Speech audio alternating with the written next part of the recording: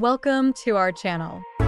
If you've been caught in the web of a narcissistic relationship, breaking free and healing can feel like an uphill battle.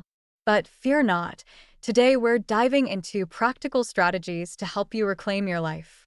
Drawing insights from Will I Ever Be Free of You? By Karyl McBride and Recovery from Narcissistic Abuse. A 7-Step Guide for Women by K.L. Randell. We're here to guide you step by step on your journey to recovery. Let's empower ourselves and take back control.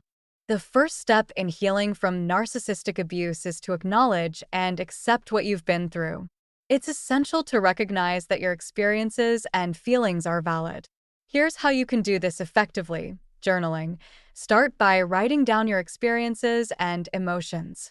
Create a timeline of events to help you understand the pattern of abuse.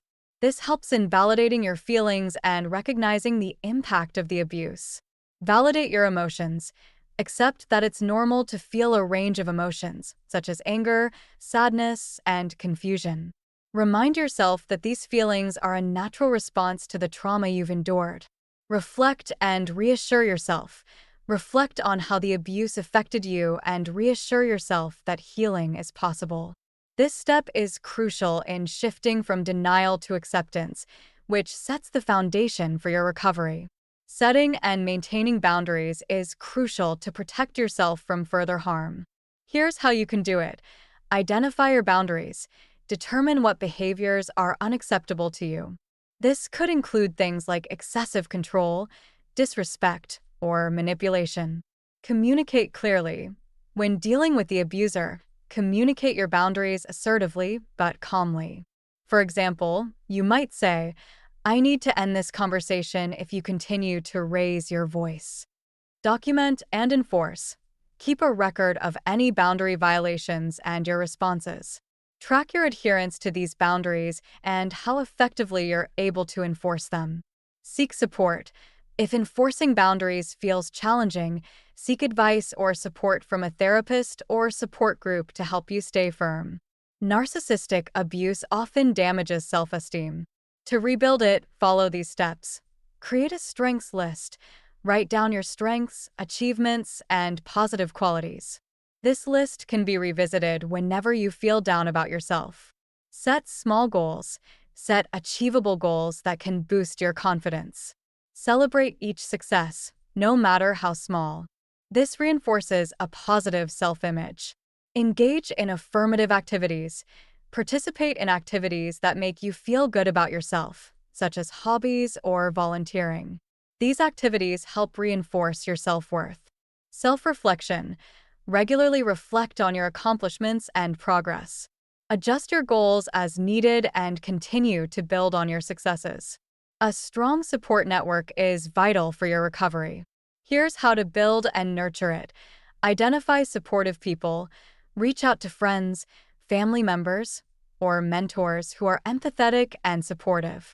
It's important to surround yourself with people who understand and validate your experience.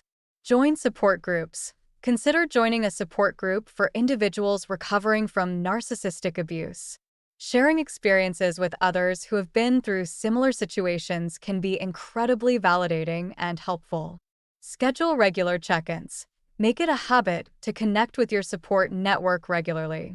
This could be through phone calls, social gatherings, or online meetings. Evaluate impact. Assess how your relationships and support network are affecting your recovery. Make adjustments as needed to ensure you have the support you require. A personal recovery plan helps provide structure and motivation. Here's how to create and follow one. Set clear goals. Define specific goals for your recovery, such as attending therapy sessions, reading self-help books, or practicing new coping skills. Break down goals. Divide these goals into smaller, manageable tasks. For instance, if your goal is to attend therapy, your tasks might include researching therapists, scheduling an appointment, and preparing for the sessions. Create a timeline. Establish deadlines for each task to keep yourself on track. A timeline helps in maintaining focus and measuring progress. Review and adjust. Regularly review your recovery plan and progress. Make adjustments as needed based on your experiences and new insights. Practicing self-compassion is essential for emotional healing. Here's how you can incorporate it into your daily life. Speak kindly to yourself. Replace self-criticism with kind and understanding self-talk. For example, instead of saying, "I should have known better," try, "I did the best I could in a difficult situation." Forgive yourself. Understand that healing is a process and it's okay to make mistakes along the way. Practice self-forgiveness and be patient with yourself. Self-compassion exercises. Engage in exercises designed to foster self-compassion, such as self-compassion meditations or writing letters to yourself. Track your progress. Notice how practicing self-compassion affects your emotional state and adjust your practices as needed to support your well-being. Understanding narcissistic behavior is key to preventing future harm and empowering yourself. Here's how to educate yourself. Read relevant books. Dive into books and articles about narcissistic abuse to gain a deeper understanding of the behavior and its effects. Recommended readings include The Narcissist's Playbook by Dana Morningstar and others. Attend workshops. Participate in workshops or seminars about narcissistic abuse. These can provide valuable insights and practical strategies for handling similar situations in the future. Join online forums.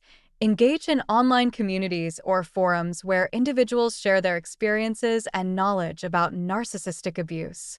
These platforms offer a wealth of information and support. Apply your knowledge. Use what you've learned to recognize and manage narcissistic behavior in your life. Track how increased understanding influences your interactions and decisions. Healing from narcissistic abuse is a journey, but by following these detailed steps, you're taking powerful strides toward recovery. Remember, you are worthy of love, respect, and a healthy, fulfilling life. If you found this guide helpful, please like, subscribe, and share it with others who may benefit. Keep moving forward and take care of yourself on this path to healing.